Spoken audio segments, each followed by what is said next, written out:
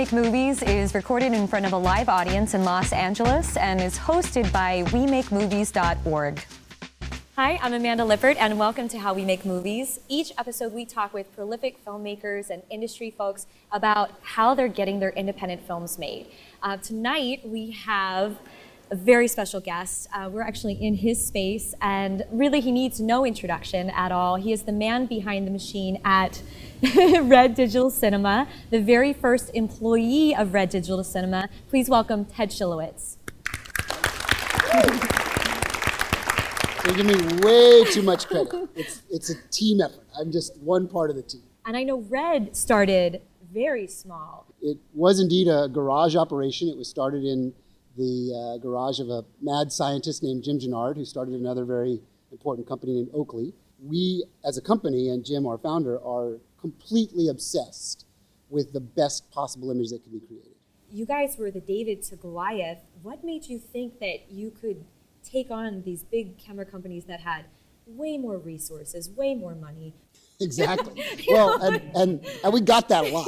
Who the hell do you guys think you are? Like, come on. We were too stupid to know that we couldn't do it. I love that. So we just went and did it. It was that naivete that was actually our biggest strength. Why do we have to follow those rules? Can we break every single one? Not just break it, but shatter it to bits. So we went out to build a digital alternative, but bring it into a modern age and use technology to replace all the things that didn't make sense anymore. We are not a perfect company. We will never claim to be a perfect company, nor do we want to be.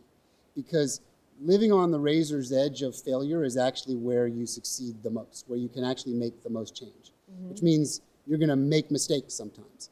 But in the process of making mistakes, you're going to come out with something pretty glorious.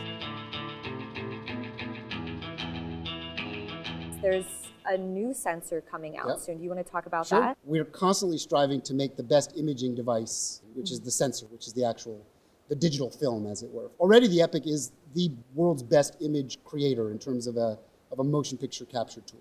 The Dragon takes it one stop better than what we've done previously. The 6K sensor goes another 40% higher in resolution and another couple more stops of dynamic range. And with each stop of dynamic range you add, it's a massive, massive leap. When you go to the Dragon, we go from 13 to almost 19 megapixels. So it's, you're really starting to get to true high fidelity still and motion at that point. How will the Dragon do against the Alexa regarding color? Oh, right. So Dragon versus Alexa is already, you don't even have to worry about Dragon. It's just Epic versus Alexa. We think the Alexa is a terrific camera.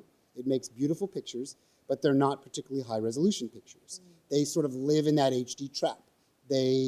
So they have a 3K sensor which derives a 2K, aka an HD image. So when you put it up on a screen this big, it's just soft. Right.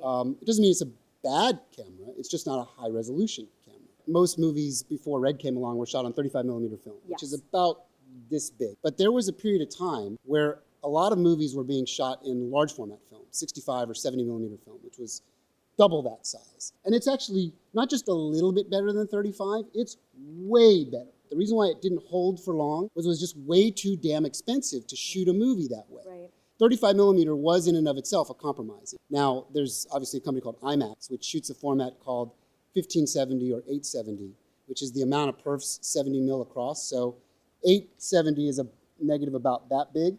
1570, if you take out your iPhone and hold up your iPhone, it's about that size for every frame of film.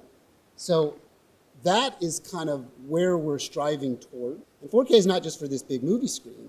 4K is now for everywhere. And believe it or not, a lot of you are already looking at it every single day, and you probably don't even realize it. Is that a new iPad? Yeah. So you're looking at high resolution every single day. If you have a Retina laptop, a 15-inch laptop, you're looking at the same pixel density as this 4K screen.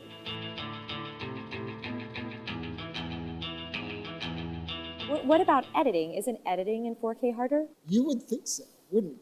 But it's actually not. So we run a summer camp here, and actually this same studio that you're in right now, and we have kids from 9 to 15 years old shooting movies on Epic cameras and Starlight cameras. You let them touch your cameras? Not only touch it, first of all, they're brilliant at it.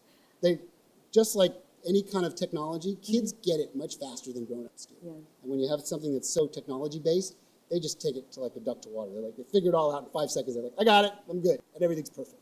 There's a crop of independent films now that are doing it too. There were two big hit films at Sundance. I'll tell you the names if you want to look them up when they come out in theaters. One's called COG, and the other one's called We Are What We Are. Yeah, I saw both of those. There you go. They both edited native, they both shot Epic, and they both edited native Red files. And they had no trouble with it. So what's happening is the guys like from the TV world and the more traditional movie world that hear all these things about, oh, you better not use the Red because it's going to be really hard to do in post. They're like, yeah, but these kids are doing it in camp. And these young independent filmmakers are doing it. So I think you may not be getting the whole story, or maybe you're trying to sort of sell me on a technology that you have that's relevant to you and you're still trying to pay the bills on, but the world has moved on. So what we do as a company is we actually focus a lot on workflow. So we work with companies like Apple and their new Final Cut X editing software. We work with companies like Adobe. We work with even some of the lesser known stuff like Sony Vegas. Avid is a sort of powerhouse in the industry, and they can edit in a very simplified, very easy, streamlined way. So all the major players can all actually touch native Red files and cut them and edit them instantaneously. Who would you say won?